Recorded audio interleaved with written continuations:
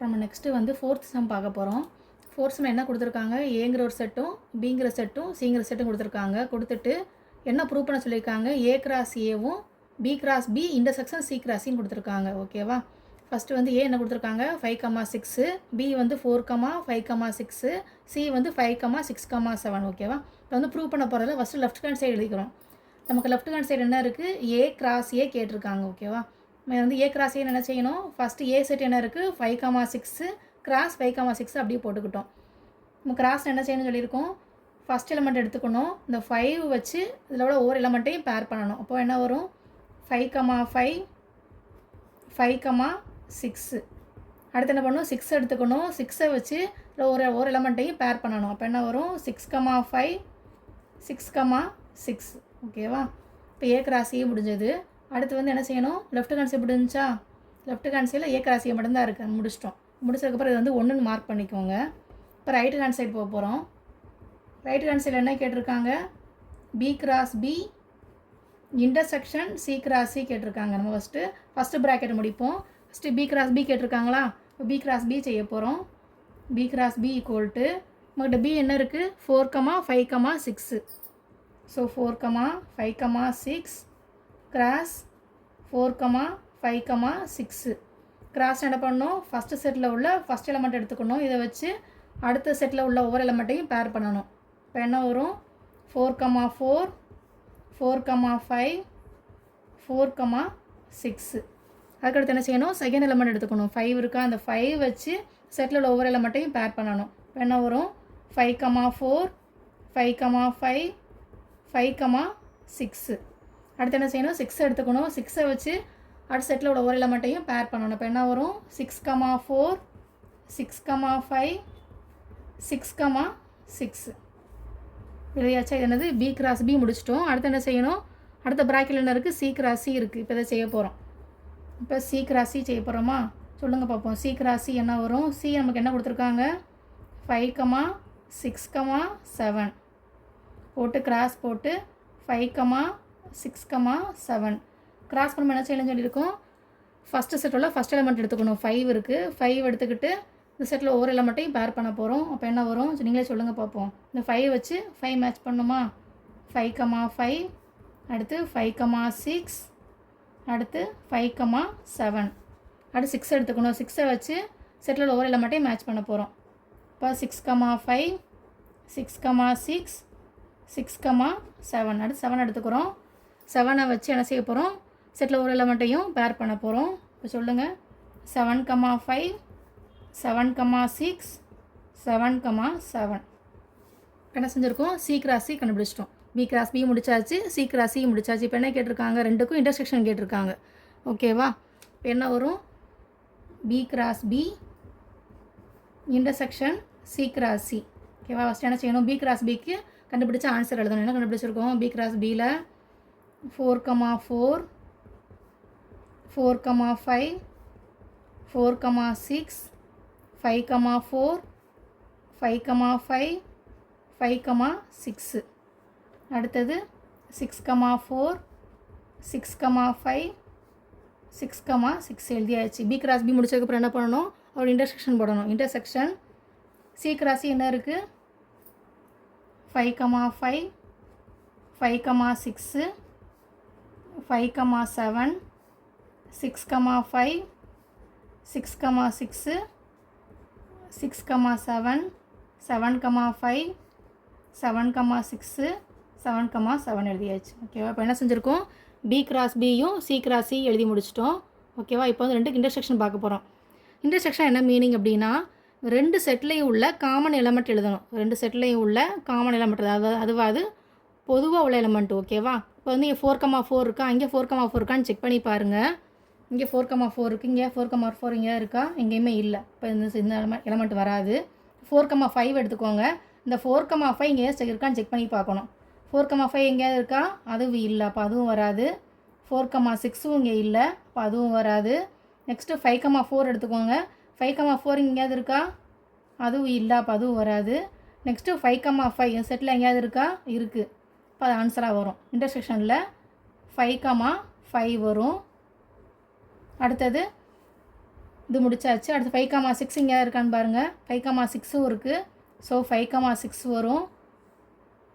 5,6 tick பண்ணிக்கோங்க. அடுத்து 6,4 இங்கே 6,4 எங்கேயாவது இருக்கா? இல்லை, அப்போ அது வராது. நெக்ஸ்ட்டு 6,5 இருக்குது. 6,6 இருக்குது. ரெண்டுமே இருக்குது.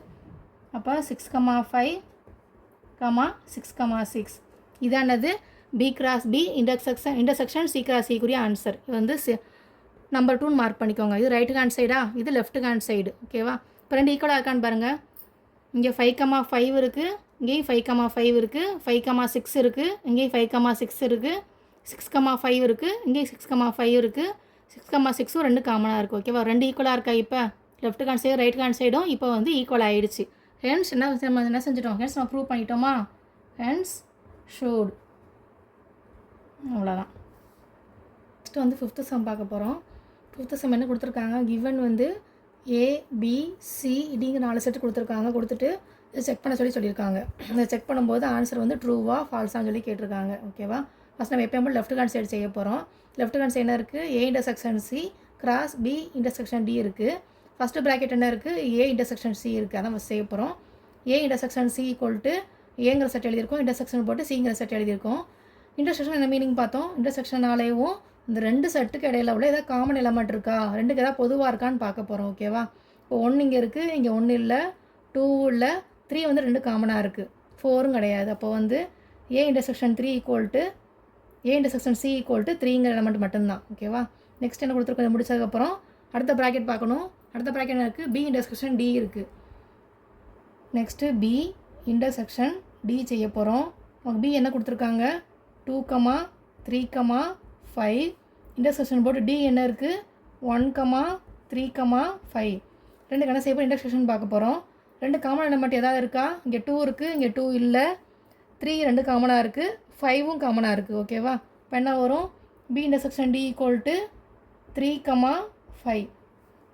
ஓகேவா? இப்போ என்ன செஞ்சிட்டோம்? A இன்டர்செக்ஷன் Cயும் செஞ்சிட்டோம், B இன்டர்செக்ஷன் Dயும் செஞ்சிட்டோம். அடுத்த நம்ம ரெண்டையும் கிராஸ் பண்ணணும். ரெண்டு ஆன்சரையும் கிராஸ் பண்ண போகிறோம். ஓகேவா? இப்போ A intersection C cross B intersection D equal to இதுக்கு என்ன ஆன்சர் கிடச்சிச்சு? செட்டில் 3 மட்டும் கிடச்சிச்சா? 3 கிராஸ் இங்கே வந்து 3, 5 இப்போ ரெண்டையும் கிராஸ் பண்ணலாமா? கிராஸ் என்ன செய்யணும் சொல்லுங்கள்? ஃபஸ்ட் என்ன பண்ணணும்? இந்த ஃபஸ்ட் எலமெண்ட்டை வச்சு இது ரெண்டையும் பேர் பண்ணணும். அப்போ என்ன வரும்? 3, 3, 3, 5 இதுக்கு அடுத்த எலமெண்ட் எதுவுமே இல்லை. அப்போ வந்து அவ்வளோதான். 3, 3, 3, 5 மட்டும்தான். இது என்னது? Left hand side A intersection C cross B intersection D. இதை முடிச்சிட்டோமா?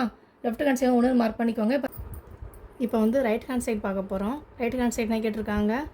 A cross B intersection C cross D கேட்டிருக்காங்க. ஃபஸ்ட்டு ப்ராக்கெட் என்ன இருக்குது? A கிராஸ் B இருக்குது. ஸோ நம்ம A கிராஸ் B செய்ய போகிறோம். A என்ன இருக்குது? 1, 2, 3 இருக்குது. Bக்கு பேர் என்ன போட்டிருக்கோம்? 2, 3, 5 போட்டிருக்கோம். இப்போ ரெண்டையும் கிராஸ் பண்ண போகிறோம். கிராஸ் பண்ணும்போது என்ன செய்யணும்? ஃபஸ்ட்டு செட்டில் உள்ள ஃபஸ்ட் எலமெண்ட் எடுத்துக்கணும். இதை வச்சு இந்த செட்டில் உள்ள ஒவ்வொரு எலமெண்ட்டையும் பேர் பண்ணணும். அப்போ என்ன வரும்? 1, 2, 1, 3, 1, 5 இதே மாதிரி செகண்ட் எலமெண்ட்டு 2 எடுத்துக்கிறோம். 2 வச்சு பேர் பண்ண போகிறோம். 2, 2, 2, 3, 2, 5 நெக்ஸ்ட்டு 3 எடுத்துக்கிறோம். 3 வச்சு இந்த 3 எலமெண்ட்டையும் பேர் பண்ண போகிறோம். ஸோ 3, 2, 3, 3 தென் 3, 5 இது என்னது? A கிராஸ் Bயோட வேல்யூ. அடுத்து என்ன செய்யணும்? C கிராஸ் D செய்ய போகிறோம். C கிராஸ் D இதே மாதிரி தான் சொல்லுங்கள் பார்ப்போம். C கிராஸ் D செய்ய போகிறோம். C என்ன இருக்குது? 3, 4 இருக்குது. கிராஸ் Dக்கு பதிலாக 1, 3, 5 இருக்குது. இப்போ ரெண்டையும் கிராஸ் பண்ண போகிறோம். கிராஸ் பண்ணும்போது என்ன செய்யணும்? ஃபஸ்ட்டு செட்டில் ஃபஸ்ட் எலமெண்ட் எடுத்துக்கணும். 3 இருக்குது. 3 வச்சு இந்த ஒரு எலமெண்ட்டையும் பேர் பண்ணணும். இப்போ என்ன வரும்? 3, 1, 3, 3, 3, 5 அதுக்கடுத்து 4 வச்சு பேர் பண்ணணும். 4, 1, 4, 3 நெக்ஸ்ட்டு 4, 5 இது என்னது? C cross D. ஓகேவா? இப்போ A கிராஸ் B கண்டுபிடிச்சிட்டோம், C கிராஸ் D கண்டுபிடிச்சிட்டோம். அடுத்து ரெண்டுக்கும் இன்டர்செக்ஷன் பார்க்கணும். A cross B intersection C cross D கேட்டிருக்காங்க. ஓகேவா? நமக்கு ஃபஸ்ட்டு A கிராஸ் Bக்கு என்ன ஆன்சர் கிடச்சிச்சு? இந்த இருக்க அந்த ஆன்சர் இதை அப்படி ஃபுல்லாக எழுதிக்கணும். செட்டு போட்டு 1, 2, 1, 3, 1, 5 அதுக்கடுத்து என்ன இருக்குது? 2, 2, 2, 3, 2, 5 2, 2, 3, 2, 5, அதுக்கடுத்து 3, 2, 3, 3, 3, 5. இப்போ இதை போட்டாச்சு. அடுத்து என்ன பண்ணணும், A cross B அப்படியே எடுத்து எழுதிட்டோம். எழுதுனதுக்கப்புறம் என்ன பண்ணணும், இன்டர்செக்ஷன் போடணும். இன்டர்செக்ஷன் C cross D என்ன நமக்கு கிடச்சிருக்கு, 3, 1, 3, 3, அதுக்கடுத்து 3, 5, 4, 1, 4, 3, then 4, 5. இப்போ ரெண்டுக்கு இன்டர்செக்ஷன் பார்க்க போகிறோம். இன்டர்செக்ஷன் என்ன மீனிங் சொல்லியிருக்கோம், நம்ம வந்து ரெண்டு செட்டுக்கும் எது காமனாக இருக்குன்னு சொல்லி பார்க்கணும். இப்போ இங்கே 1, 2 இருக்குது, இங்கே 1, 2 இருக்கா, இல்லை. 1, 3 இல்லை, 1, 5 இல்லை, 2, 2 இல்லை, 2, 3 அதுவும் இல்லை, 2, 5 இதுவும் இதில் இல்லை. 3, 2 இதில் இருக்கா, 3, 2 இல்லை.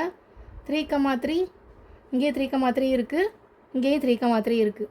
ஸோ காமன் என்ன இருக்குது, 3, 3.